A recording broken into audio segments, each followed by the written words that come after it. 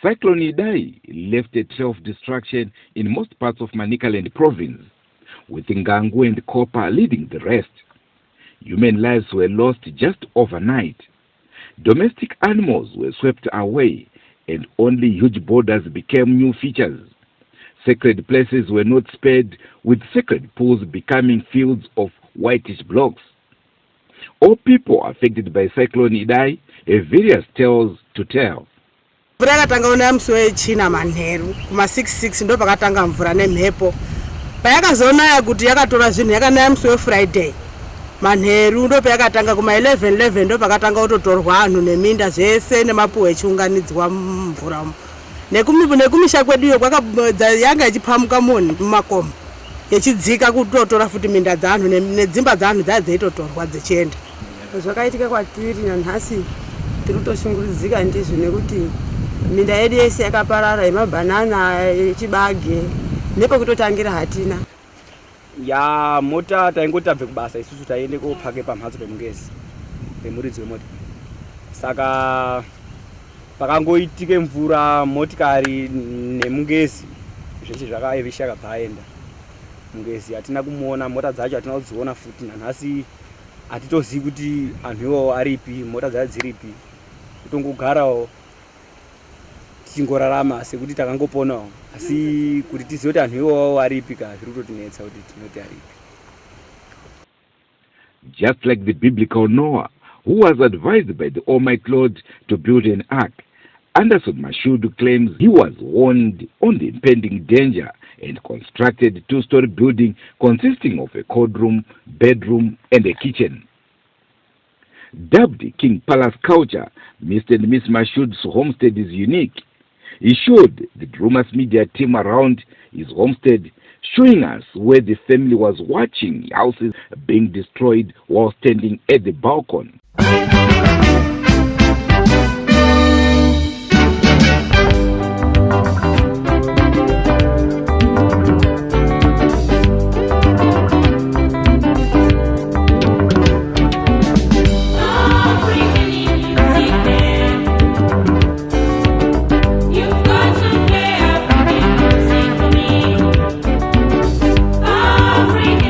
Masvikawo pano paKing Palace culture tinotenda nekusvikawo kumaita pano.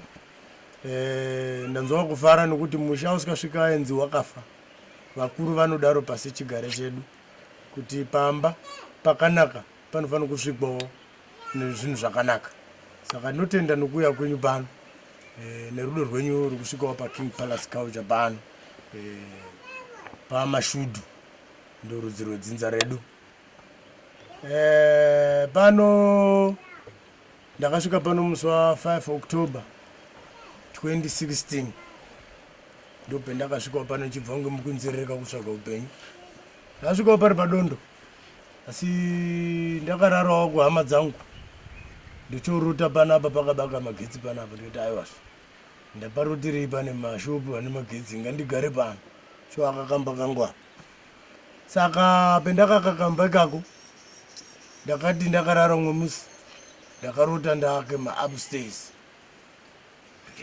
Mhatso upstairs dzemiti dzinobude zvoita ngati ndanda kubvunzana ini nepfungwa dzangu kuti hatitori nehondo yekuti zvinoita here. Pfungwa ichiti zvinoita, inini mumwe wangu kuti ndinozvigona here, asi pfungwa iri kupasisa kuti zvinodi zvinoita. So ndakatanga kufamba 1 kilometer and 600 meters kuenda mumapurazi kutema miti, tichitwara umwe ngaumwe, kutema nedemo, kutema nemesa, tichitwara umwe ngaumwe ndichiuya. His kitchen also is an upstairs lounge where all males can sit whilst the food is being prepared downstairs. Tiri mu King Palace kitchen, tiri mu banja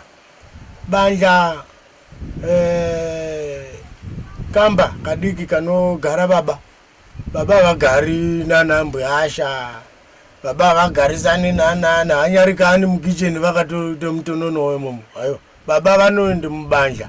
Saka banja rangu riri upstairs kudai, vana mai vachibika pasi apa. Inini zvangu ndakatogara muno nemashamwari angu chitamba draft, chitamba zvangu makadzi chiwaradze pfungwa. Hatifungi kuenda kudhorobha isu, kunzwe news neti dzemutownship pano ipapo patone newsnet dzotondinakidza kunge tichitofara nemashamwari tichivhiwa view yese panapa inonge ichitofadza noita sekuti ndinge ndiri kuone tv indi kutarisa musha wangu. I give up everything for my music, baby. Good to be with my people. So I give up everything for my music, baby. We gonna dance. It's okay. We gonna dance. We gonna dance. It's okay. We gonna dance.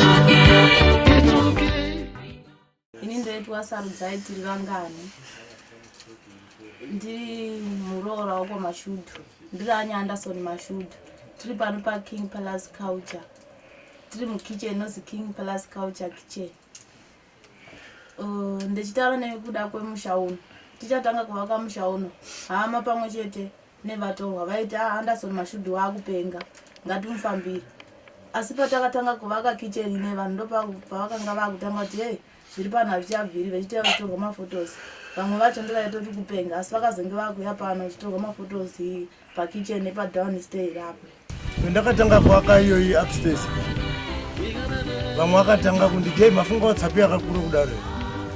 Vamwe vangati mafunge kuake chiinyi vanhu vese vangarutadza kuzvise kuti imba here kati chii. Asi pendakazoudza vanhu kuti munozondoona zvapera nokuti kutsanangurira zvinonesa. Vamwe vakatanga kufambisa shoko rekuti aiwa anonge ari kupenga madrugs akamawandira musoro wake wakushata soro mufambirei. Hama dzangu dzimwe dzaitozi mufambirei wakupenga. Saka adi watereri ndiwo angaona nokutaura kuti shuwa kupenga here kwendiri kuita nokuti ini pache zvangu ndikuti ndiri kuaka musha. Iwo wazobudiswa zita rekuzi King Palace Culture wazopera. Asi vanhu vari kuti kupenga mwanti kuromba. Haina ndirombi chiwano chiri pandiri chondirambidza kuti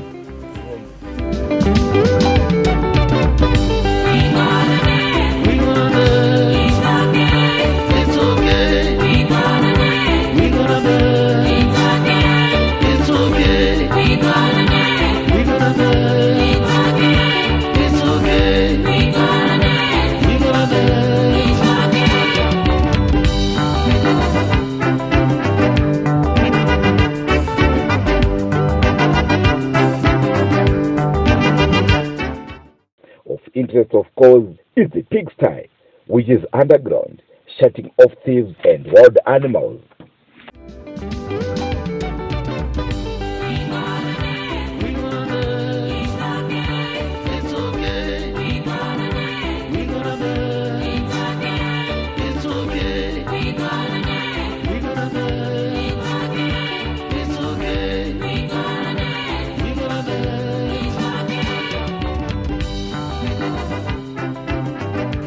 Cyclone yakauya yakakura yakairi hombe ikadistroya zvese ikaparadza nomwe musha wanga uri pasera. Asi ni yakandondisiyawo ndiri pano ndichiiona ndaitotarisira kutiwo mhatso dzemuti hadzina kusimba.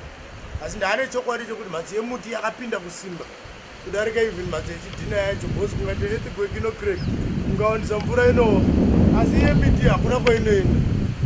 Saka haiwa kana Cyclone yakandogumira ikoko haina kukwanisa kundihanira. The other side is a cold room where he goes off himself after a hard day's work. Munomu munotonhora zvinonakisa zvokuti kana pendairara munomu ndakazochinja kurara munomu kuburikidza vaenzi vakundouyawo pano chitaida kumboonawo downstairs yemunoti inotonhorera.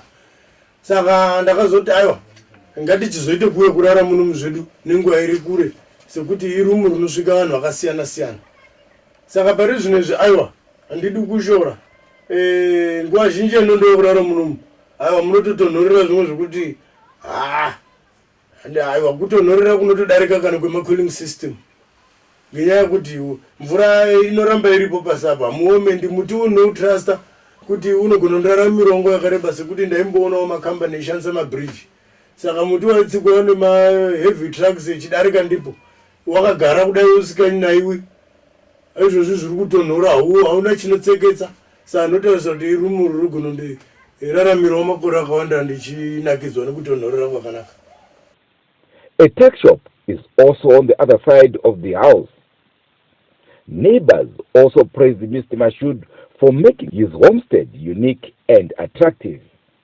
Ndinoitwa Silence Maposa. Ndinogara muwadi 13 masabu kuchidavaenzi. Muchigarisano takagara kudai tino mumwe murume muwakidzani wedu akaita seuyu anonzi Anderson Mashudu. Zvitsvawo uye tinozvifarira nokuti zvakaita zvepasi chigare culture yedu kungotirangaridza kuti tivande tichivandutsana pakugara. Indonzi Prescott Maposa. Ndinogara muno munzvimbo yavachidavaenzi muwadi 13. Ndinofara chaizvo ndichiona murume uyo achiita chivanhu zvekuti tikatarisa zvimwe zvizhinji zvinoitwa pano tinotomboya pano tichitandarira pano tichiita zvechivanhu nekuti zvinhu zvekuti iye mucherechedzo nezera rake rainaro mucherechedzo wekuti isusu vadiki tinge tichiziva nekuti vamwe vedu hapana anokwanisa kuziva chivanhu chinoitwa munzvimbo uye zvekuti iye murume mashandiro anoita dai kuti aionawo sapoti yekuti akwanise kubudirira echisimudzirwa pamavakiro ake zvione direction yekuti pange patori panzvimbo patichayemura kana tikasvika semayemuriro yatiri kuita sekutanga pazviri kuita nekuti tikatarisa pari kuitwa zvinhu zvese zvinenge zvichiitwa zvakasiyana-siyana vachishandisa simba rake zvekuti akawawo nerubatsiro rwekuti akwanise kuvaka ndinokuimba kuti anobudisa zvisvinu kupfuura pane zvainazvo. During his spare time, he spends time with his wife in the cassava field, which is also blended with flowers, making it unique and beautiful. The dreadlocked and strong-looking Mr. Mashud denies the use of drugs, although this news crew saw a health marijuana plant, an evidence that either him or his friends do smoke. Mbanje. Mr. Mashud's home has become the envy of many. I'm Andrew Neshamba, reporting for Drewmas Media. For this and other interesting stories, please subscribe to Drewmas Media. We will be giving you all what is happening across the country.